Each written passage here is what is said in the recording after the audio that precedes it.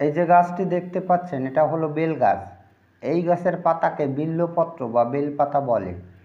এই গাছের পাতা থেকে আমাদের হোমিওপ্যাথি ঔষধ ইগল ফলিয়ার মাদার টিংচার প্রস্তুত হয়। জ্বর, সর্দি কাশি, উদরী মূত্ররোগ, আমাশয়, পেটের বিভিন্ন প্রকার রোগ ইত্যাদি জটিল জটিল ব্যাধিতে ঔষধটি সুফলের সঙ্গে ব্যবহৃত হয়। মেডিসিনটিতে যে সুনির্দিষ্ট লক্ষণগুলো রয়েছে, যদি তার ঔষধ চিত্র মনে মনে অঙ্কন করে নেওয়া যায় তবে সঠিক ঔষধ নির্বাচন করতে খুবই সুবিধা হয়। আজকের ভিডিওতে ঔষধটির ড্রাগ পিকচার অঙ্কনের জন্য এমন কিছু গুরুত্বপূর্ণ তথ্য আপনাদের সামনে এমনভাবে এক্সপ্লেন করে শোনাবো যাতে সঠিক ঔষধ নির্বাচনের মাধ্যমে রোগীকে আরোগ্য করা যায়। ভিডিওটি ভালো লাগলে লাইক, কমেন্ট, শেয়ার করবেন এবং আপনি যদি এই চ্যানেলে নতুন এসে থাকেন তাহলে চ্যানেলটিকে সাবস্ক্রাইব করে রাখবেন পরবর্তীতে নতুন ভিডিওর নোটিফিকেশন সবার আগে পাওয়ার জন্য। এবার আমাদের এই ইগল ফলিয়ার মাত্র 9টি প্রধানতম লক্ষণ রয়েছে।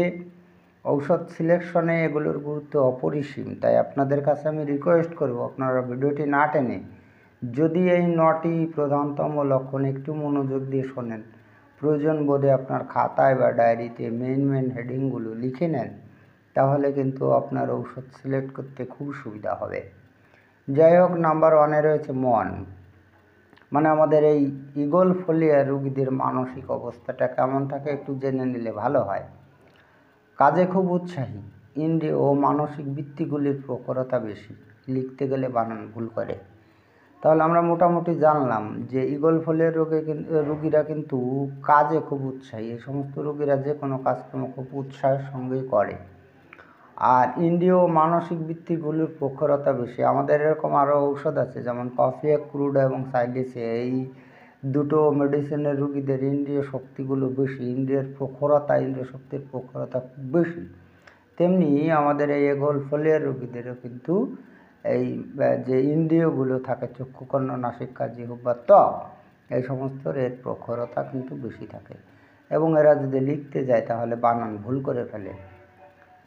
নাম্বার 2-তে রয়েছে মাথা ধরা, মাথা ভারবোধ, সন্ধ্যার সময় বাম দিকে আধ কপালে মাথা ব্যথা, বিকালে মাথা ভারবোধ বা গরম বোধ। এই যে মাথার যে ব্যাধিগুলো, সেই ব্যাধিগুলো যদি এরকম কি উপসর্গগুলো থাকে, মানে এই লক্ষণগুলো দেখা দেয়, তাহলে কিন্তু এগুলো ফলিয়া ব্যবহার করা যায়। নাম্বার 3-তে রয়েছে কান।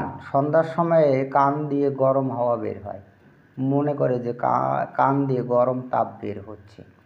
এরকম রোগী কিন্তু পাওয়া যায়, তারা অভিযোগ করে যে নাক মুখ দিয়ে কেমন যেন গরম হাওয়া বেরোচ্ছে। যদি রোগী এরকমটি মনে করে, যে কোনো রোগের সঙ্গে যদি এই লক্ষণটি থাকে, তাহলে কিন্তু ইগল ফলিয়া ব্যবহার করে দেখতে পারেন। নাম্বার 4-এ রয়েছে চোখ।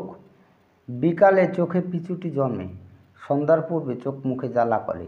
এই চোখের এই যদি প্রবলেমে এই লক্ষণটি দেখা দেয়, তাহলেও কিন্তু ইগল ফলিয়া ব্যবহার করা যায়। নাম্বার 5-এ রয়েছে পাকস্থলী। সকাল ও বিকালে পেটে ভারী বোধ, ঢেকুর ওঠে, সশব্দে বায়ু নিঃসরণ হয়, সন্ধ্যার সময় নাভির নিচে ব্যথা, পেট ডাকা, উদারাময়, নতুন ও পুরাতন আমাশয় ইত্যাদি উপসর্গে কিন্তু ঔষধটি অব্যর্থ ফল দেয়।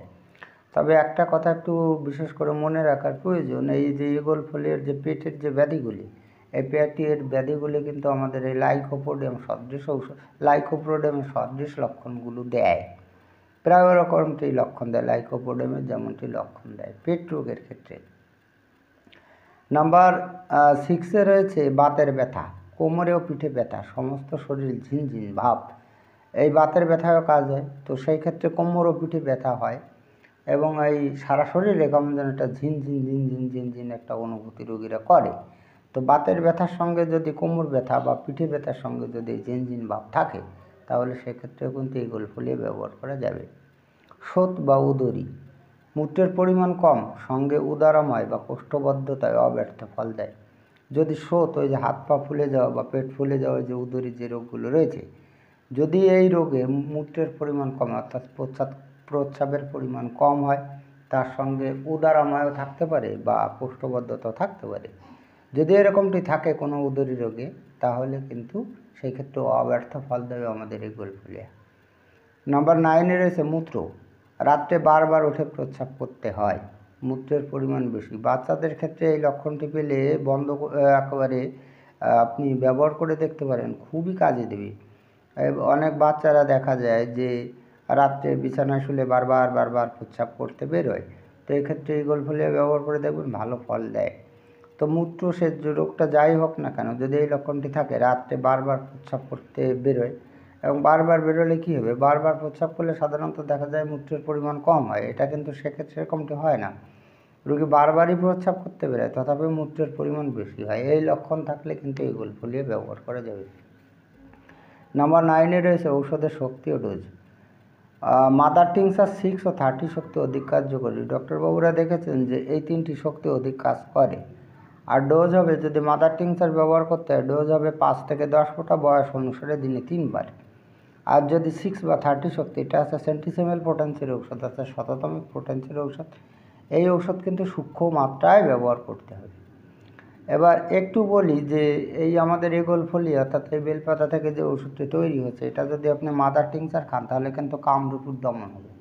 মানে যাদের প্রচণ্ডভাবে সেক্সের উত্তেজনা, তার জন্য যদি ট্রাবুলেটিস আসে, অনেক সময় ট্রাবুলেটি আসে যাদের এই সেক্সের বারবার উত্তেজনা হয়, তো সেক্ষেত্রে যদি আপনি মাদার টিংচার ব্যবহার করেন, তাহলে কিন্তু এই যে সেক্সের যে উত্তেজনা, সেই উত্তেজনাটা কিন্তু কন্ট্রোলে থাকবে, কামরূপু দমন হয়, এটা বলা হয়েছে। আর যদি 6 বা 30 শক্তি সূক্ষ্ম মাত্রায় আপনি ব্যবহার করেন, তাহলে কিন্তু সেক্সের উদয় হবে। অর্থাৎ যাদের কাম ভাব খুব শরীরে কম আছে, তারা কিন্তু 6 বা 30 শক্তি ব্যবহার করবেন, আর যারা কামরিপুকে দমন করতেছেন, তারা মাদার টিংচার ব্যবহার করবেন। যাই হোক, আজকে এই পর্যন্তই। খুব তাড়াতাড়ি ফিরে আসবো নতুন গুরুত্বপূর্ণ বিষয়বস্তুর ভিডিও নিয়ে। দেখা হচ্ছে নেক্সট ভিডিওতে। ততক্ষণ আপনারা ভালো ও সুস্থ থাকুন। জয় হ্যানিম্যান, জয় হোমিওপ্যাথ।